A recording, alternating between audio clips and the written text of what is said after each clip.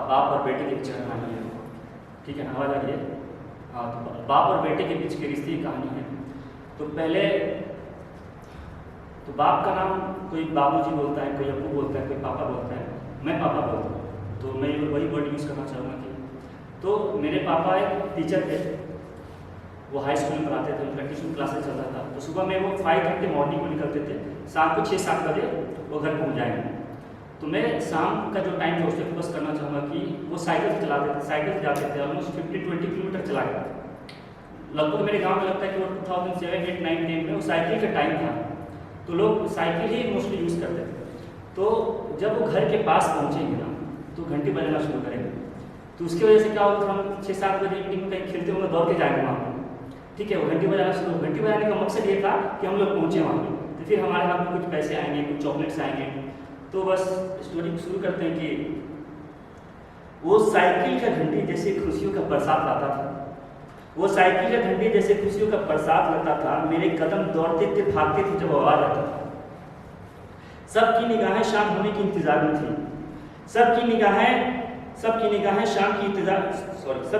शाम होने की इंतजार में थी। वो सिर्फ साइकिल नहीं, सबकी खुशियों का सामान लाता था। तो होता ये था कि जब हम लोग सब पूछेंगे, भाई बहन हम लोग बड़ा फैमिली 6-7 लोग हैं, तो हमसे जो छोटी बहन है वो सब पहुँचेंगे सब वहाँ पे, तो सबको वो 1 रुपया 2 रुपया हाथ में कुछ मिलेगा। ठीक है, तो एग्जाम्पल तो मुझे 1 रुपया मिला और सबको मिला ऐसे। तो ऐसे टीज करने के लिए, चिढ़ाने के लिए हम लोग क्या करेंगे ना कि पास में जाएंगे, सबके पास में हम बोलेंगे कि हमको ज़्यादा मिला है, हमको 5 रुपया मिला है, वो बोले प्लीज हम ऐसे करेंगे। तो वो देखे प्लीज होगी, चिड़ेगी, फिर जाके बोलेगी पापा से उसको आप 5 रुपये दिए, हमको 1 रुपया, फिर वो उसको जेलस भी हो, फिर आएगी नहीं दिखा मेरे पास हाथ 1 रुपया ही है, उसको ऐसे दिखा रहे, उसको ऐसा फील हो रहा है कि मेरे पास 5 रुपया है। ठीक है ना, तो ऐसे कि चंद रुपये मेरे हाथ में था, ऐसा लगा जैसे पूरा खुशियाँ मेरे साथ में था। जाओ बेटा खरीद लेना जो तेरा मर्जी करे, क्या बात उस बात में था। वो रंग बिरंगे चॉकलेट्स मुट्ठी भर में मेरे, और सादगी भरी जिंदगी मेरे साथ में था। पहले उस वक्त क्या था कि 1-2 रुपया का मुट्ठी भर था चॉकलेट से, ग्रीन येलो, वो गाँव में जो जिंदगी जिया हो उसको डिलीट करेंगे कि 1-2 रुपया में ना, मतलब वो हरा पीला नीला वो पूरा चॉकलेट्स आता था। उसके बाद है कि तो कभी क्या होता था कि वो गांव में जब घर पहुंचे थे, और कभी कभी साइकिल की आवाज़ सुनकर हम वहाँ पे जा नहीं पाए, तो कभी तबीयत खराब हो या मूड अच्छा नहीं हो, तो वो कैसे आके मनाते जैसे थे कि ये बादल मेरा उदास कैसा है, तू तो मेरी सावन की पहली बरसात जैसा है। मेरे चेहरे मुस्कुराए जैसे कोई कोयल चचा है, ये हाल पूछने का अंदाज कैसा है। उसके बाद तो एक टीचर थे, जैसे बताया कि वो सुबह निकल के हाई स्कूल पढ़ा के फिर वहाँ पे ट्यूशन क्लासेस करा के रात में फिर हम लोग पढ़ाते थे। तो हम सब भाई बहन बैठ गए वहाँ पे, गाँव के बच्चे नहीं आते थे पढ़ने के लिए, तो कुछ होमवर्क मिला हमको। एग्जाम्पल जब हमको कुछ होमवर्क मिला और मैं होमवर्क नहीं किया, तो उनके पास हमेशा स्टिक रहता था पढ़ाने के लिए। ठीक है, आप तो होमवर्क नहीं बनाना, करना क्या है, तो उसका सबसे बेस्ट सोल्यूशन था कहीं छुपा देते थे कि नोटबुक कहीं छुपा देंगे। और मेरे पास बैग है, ठीक है, डायरेक्ट नहीं बोलते हैं कि कहीं गुम हो गया, ऐसा कुछ नहीं है। वो पूछो होमवर्क किधर है, बैग का जिप ओपन कर रहे, फर्स्ट जिप में डाले, वो ढूंढ रहे, फिर एक्सप्रेशन ऐसा कि शायद वो स्कूल में गुम हो गया, डायरेक्ट नहीं बोल रहे, कुछ एक्टिंग कर गया ऐसा कुछ, तो शायद स्कूल में गुम हो गया, और उनको पता है कि गाँव घर में छुपाया।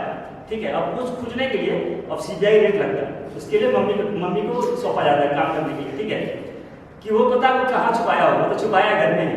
ठीक है, वो अब खुजना शुरू, बेड उठाया जा रहा है, अलमीरा उठाया जा रहा है, ऊपर नीचे पूरा वो ढूंढ रही हर जगह। ठीक है, तो नॉर्मली क्या होता है कि गांव में एक वॉल होता है ना, उसके अंदर भी छोटा सा होल होता है। ठीक है, उसके अंदर ही नॉर्मल छुपा देते हैं, छुपा के फिर उसके ऊपर से कुछ तो लगा दे, कोई दिखेगा नहीं। मेरी मम्मी भी एक्सपर्ट, वो ढूंढ रही पूरा चारों तरफ ढूंढते वो पहुँच जाती है। एग्जाम्पल तो आप बोले यहाँ पहुँच गए हो, अब मेरे दिमाग में वो देख लेंगे। ठीक है, अब मैं धीरे धीरे डायरेक्ट नहीं जाऊँगा, तुमको डाउट होगा। ठीक है, तो कुछ ऐसे करके कुछ एक्टिंग करके वैसे खड़ा, अब पीछे होल है, अब उनको डाउट होगा कि कुछ तो है यहाँ पे आया, फिर वो निकलेगा, फिर वो जाएगा। ठीक है, तो वहाँ जाने के बाद तो फिर वही जो है धुलाई शुरू होगा। अब उस पर यह कि उस पढ़ाई का जो मकसद है ये कि उस इमारत की बुनियाद उसी बातों से मिलता है, इस इमारत की बुनियाद उसी बातों से मिलता है, तब जाके इमारत ज़िंदगी में आगे बढ़ता है। वो उंगली पकड़ के नए लफ्ज़ों से मुलाकात कराना, भूल जाने पर डांट कर प्यार से फिर याद कराना। तुम आज डॉक्टर हो, इंजीनियर हो या कुछ भी, तुम आज डॉक्टर हो या इंजीनियर हो या कुछ भी, मगर उस थामे हुए उंगली को मत भूल जाना। ठीक है।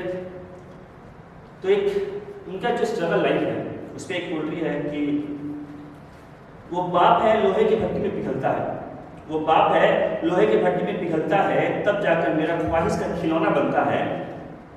थका हुआ जिस्म पर चेहरे पर मुस्कान लिए फिरता है, थका हुआ जिस्म पर चेहरे पर मुस्कान लिए फिरता है। वो खुद आराम नहीं करता, मेरे सोने का इंतजाम करता है। वो मुझको सोए हुए देखता है जी भर के, वो मुझको सोए हुए देखता है जी भर के, न जाने क्या क्या सोच कर मुस्कुराता है। ना कोई ख्वाहिश न कोई अरमान उनके हैं जिंदगी में, ना कोई ख्वाहिश ना कोई अरमान है उनके जिंदगी में। हमें नए कपड़े पहनाकर खुद वही पुराना कपड़ा पहनता है। रात के ठीक सोने तक वो ड्यूटी पर ही रहता है, रात के ठीक सोने तक वो ड्यूटी पर ही रहता है, सुबह उठते ही फिर ड्यूटी पर निकलता है। तो एक स्ट्रगल लाइफ उनका कि उनका क्या शेड्यूल था। तो अब एग्जाम्पल तो मेरा ये जो सब 9, 10, 11 ईयर्स ऐसा कुछ था।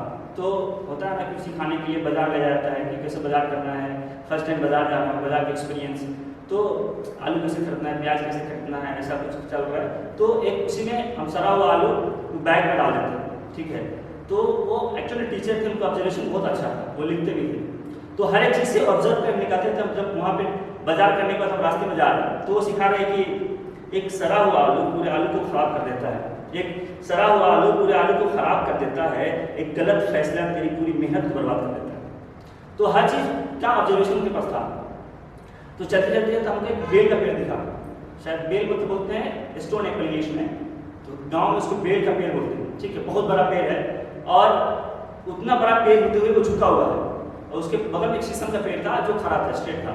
तो मेरे क्वेश्चन में क्यूरियोसिटी डाउट है कि इतना बड़ा पेड़ झुका हुआ क्यों है।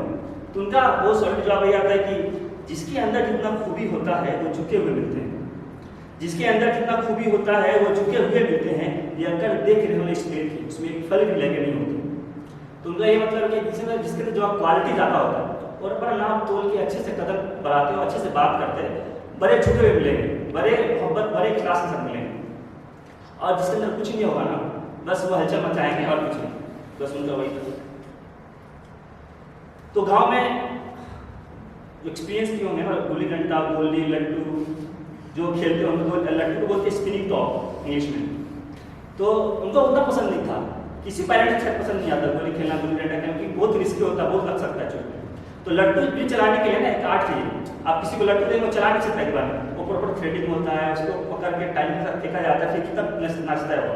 तो हम लड्डू खेल रहा हूँ, ठीक है, और मेरे पीछे से पापा आ रहे हैं और उनको पसंद नहीं सारी चीज़ें। मेरे सामने एक दोस्त वो बता नहीं रहा क्या, वो सोचा कि पिटाई खाया, ठीक है, कि उसको लड्डू को 2-4 मार चुके थे। तो उसके जहन में ये है कि हाँ उसके पापा पीछे आ रहे, वो बता भी नहीं रहा है, वैसे खड़ा है। हम सोचते हैं क्या हुआ, उससे एक्सप्रेशन चेंज हो रहा है, क्या हो रहा है, हम उससे पूछ रहे हैं क्या हो रहा है, तो फिर बोल नहीं रहा है, सडन से देख रहे हो हम हाथ स्टिक है।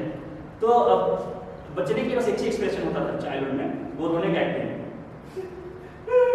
तो वो छोड़ के चले जाएंगे, ठीक है। तो उनका हार्ट बीट बिगड़ जाता था, बस वही एक एक्टिंग था, वही एक आर्ट था, वो निकल जाएगा। तो ये था कि उस पर उनका एक ऑब्जर्वेशन ये था कि आप लड्डू को एक्सीडेंट फेंकेंगे तो गिर जाएगा। तो वो बताता है कि लाइफ में जब कुछ स्टेप लो ना, कुछ करो, तो तुम्हारे अंदर उसके प्रॉपर ऑर्गेनाइज हो, ऐसे नहीं कि हाँ कर दिए हो तो फेल हो जाता है। उसको पता है कि कला तेरे हाथों का उसे गोल गोल घुमाता है, मतलब लड्डू के बारे में बोल रहे हैं, कला तेरे हाथों का उसे गोल गोल घुमाता है, ना फेंको सही से तो मुंह के बल गिर जाता है। तो उनका यह है कि प्रॉपर टाइमिंग से कोई काम करोगे तो अच्छे से होगा, ऐसे ही मतलब सुबह उठे कुछ कर ले तो नहीं चलता। तो अब गांव में छोटे जब हम लोग होते हैं तो मेला घटित होता है बहुत ज़्यादा, ठीक है। हम एक मुस्लिम है, पर दशहरा का मेला बड़ा फेमस होता है। तो दशहरा का मेला हम लोग अक्सर जाते थे घूमने के लिए, पर वो कभी ले नहीं जाते। अब हो गया है कि हमको मेला जाना है, 10 साल 12 साल गए, नहीं हमको जाना है मेला। वो बोले नहीं उतना भीड़ होता है, कहीं गुम हो जाएगा, कहीं भूल जाएगा, कैसे जाएगा। उस पर यह कि पापा मुझे मेला देखने जाना है, पापा मुझे मेला देखने जाना है, और रंग बिरंगे खिलौने खरीदने जाना है। और उनका रिप्लाई आया है कि भीड़ है, तुम कहीं गुम हो जाएगा, भीड़ है, कहीं तुम गुम हो जाएगा। फिर हमसे नहीं, फिर भी मुझे जाना है। जब हम मेरा मिलिट्री करते हैं ना तो एक्सप्रेशन क्या होता है, अब चारों तरफ टॉयज लगा हुआ, जैसे एंट्री हुआ नहीं हमको ये भी चाहिए, नहीं हमको भी चाहिए, और वो पकड़ के खींच रहे, हमको ऐसे जा नहीं हमको चाहिए। और बात भीड़ भाड़ होता है, गाड़ी चल रहा है, इधर चल रहा है, तो उनको ज़्यादा मतलब परेशानी भी होता है। तो ये है कि मुझे ये चाहिए वो चाहिए सब खरीदो ना, मुझे ये चाहिए वो चाहिए सब खरीदो ना, वो सब तुम्हारे लिए नहीं है, ये ले लो ना।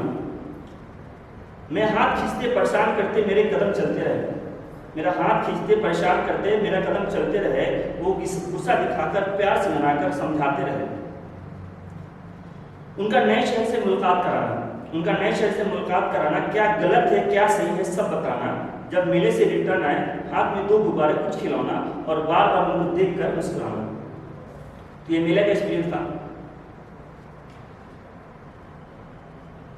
तो वो मुझको तकलीफ में देखकर उनको क्या फील होता था। नॉर्मली मैं पापा के साथ नहीं सोता था रात में, ठीक है, मम्मी के पास नहीं सोता, पापा के साथ, पापा के साथ बहुत ज़्यादा क्लोज था। तो हम लोग सोए हुए थे, तो रात में समय से स्कॉर्पियन, जिसको हम हिंदी बिच्छू बोलते हैं, इसमें स्कॉर्पियन, उसको वो काट लेता है, उनको भी काटता है हमको भी काटता है। तो स्कॉर्पियन का जो जहर होता है ना, वो बहुत तेजी से जिसमें चलता है, बट हमको उतना फील नहीं होता है। पापा को चलता, हमको उतना फील नहीं होता है, वो जहर हमको उतना महसूस नहीं। मम्मी को मालूम था कि कुछ होता नहीं है, पहले 2-3 बार काट चुका था, तुमको उतना असर नहीं करता है। तो पापा परेशान, मम्मी खामोश से शांत है, वो खुश है, उनको पता है कुछ होगा नहीं। वो इधर भाग उधर भाग, गाँव में होता है ना जुगाड़ कि कुछ पत्तियाँ गर्म हो रहा है कुछ लगाने के लिए, और रात में डॉक्टर तो आएगा नहीं 12 बजे करीब, तो कुछ ना इंतजाम हो रहा है, रस्सी बांधा जा रहा है, कुछ जहर चले नहीं।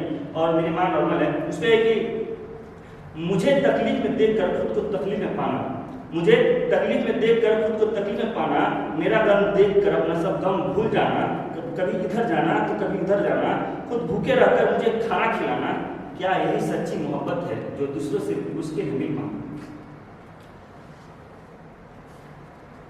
बट उनको एक सीवियर बीमारी थी जो उनको ही मालूम था और किसी को मालूम नहीं था।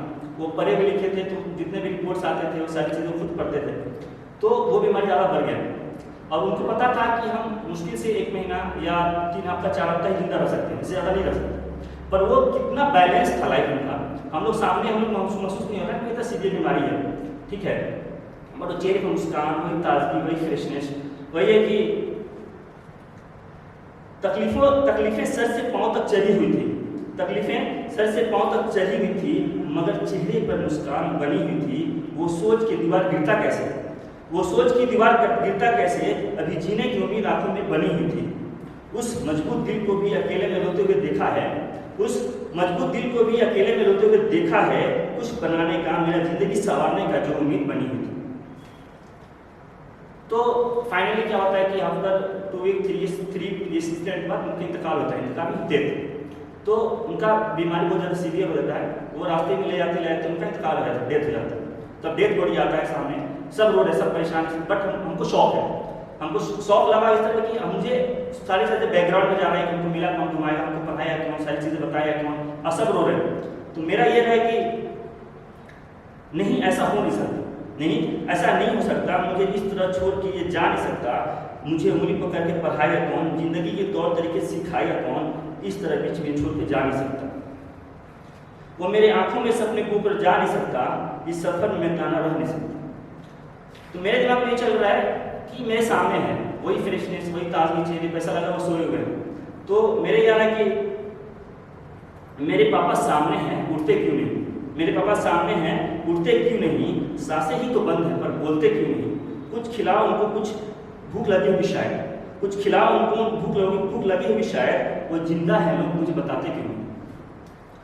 तो इंतकाल होने के बाद, डेथ होने के बाद जो कल का जो शाम था, नॉर्मली जब वो शाम को आते थे, वो साइकिल के घंटी की आवाज़ सुन के उनको दौड़ना, फिर किसी साइकिल की आवाज़ सुनना, वो चुभना, तो वो फील करे कि वो शाम मुझे काटने को दौड़ते होंगे, वो शाम मुझे काटने को दौड़ते हों, किसी भी घंटी की आवाज़ मेरे कान में दर्द होते हों, मैं दौड़ूं में जाऊं पर वहाँ कोई है नहीं, मैं दौड़ने में जाऊं पर वहाँ कोई है नहीं, मैं परेशान वो एक जगह आराम से सोते हों, उस थामे हुए हाथ का एहसास जिंदा है उंगलियों में, उस थामे हुए हाथ का एहसास जिंदा है उंगलियों में, जैसे तुम्हारे हाथ इस उंगलियों में सांस लेते हैं। Thank you so much. Drop a like, leave a comment, and don't forget to subscribe. Thanks for watching.